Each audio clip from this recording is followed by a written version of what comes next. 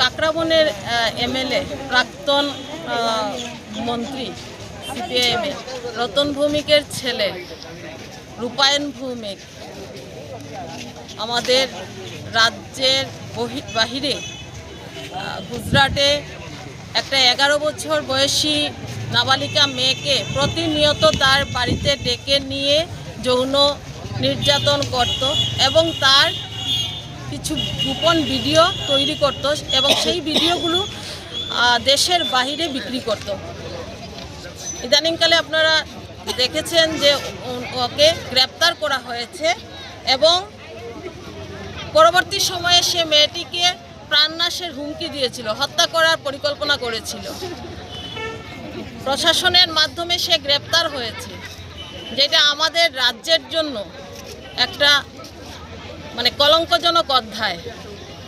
রাজ্যের নাম বদনাম করার জন্য বহির্রাজ্যে গিয়ে এখনও কর্মযোগ্য সিপিএম অধ্যুষিত যারা আছে, যারা বামফ্রন্টের সমর্থক, তারা এ রাজ্যে ক্ষমতা বদলের পর ভারতবর্ষের বিভিন্ন স্থানে গিয়ে এই ধরনের কার্যকলাপ করছে, যেটা আমাদের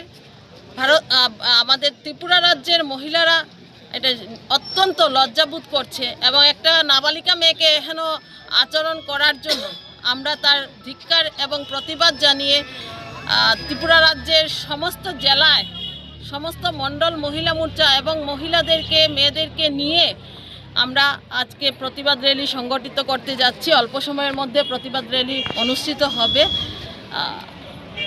আপনারা দেখতে পেয়েছেন সিপিএমের কালো ইতিহাস। তারা 35 বছর কাল তাদের যে ইতিহাস ছিল রক্তাক্ত ইতিহাস। সিপিএম মানে ধর্ষক, সিপিএম মানে সমাজদ্রোহী, সিপিএম মানে চোর বাটপার। তারা সমাজটাকে ধ্বংস করার চেষ্টা করেছিল। বর্তমান সময়ে আমাদের রাজ্যে ভারতীয় জনতা পার্টি সরকার প্রতিষ্ঠিত হওয়ার পর নারী সুরক্ষা প্রদান এবং শিশুদের সুরক্ষা প্রদানের জন্য আমাদের মুখ্যমন্ত্রীজির নেতৃত্বে অনবরত প্রয়াস জারি আছে এবং সমস্ত দপ্তর সজাগ আছে, পুলিশ প্রশাসন সজাগ আছে।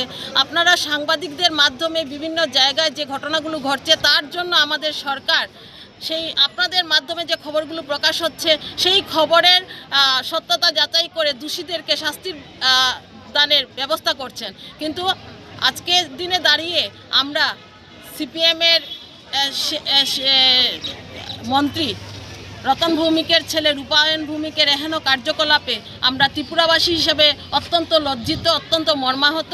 আমরা চাই আজকের এই প্রতিবাদ র্যালির মাধ্যমে আওয়াজ তুলব রূপায়ণ ভৌমিকের যাতে কঠোর থেকে কঠোরতর শাস্তি হয় এবং শিশুদের সঙ্গে এহেন আচরণ যাতে চিরতরে বন্ধ হয়, তার জন্য আজকে আমরা প্রতিবাদ র্যালি সংগঠিত করছি ভারতীয় জনতা মহিলা মোর্চা উত্তর ত্রিপুরা জেলার উদ্যোগে। এবং এখানে আমাদের প্রতিটি মণ্ডল সভানেত্রী মহিলা জনপ্রতিনিধি আছেন, আমাদের জেলা সভাধিপতি, আমাদের বিভিন্ন ব্লকের চেয়ারম্যান, মণ্ডল মহিলা মোর্চার পুরো টিম এবং মহিলা মোর্চার সভানেত্রী সহ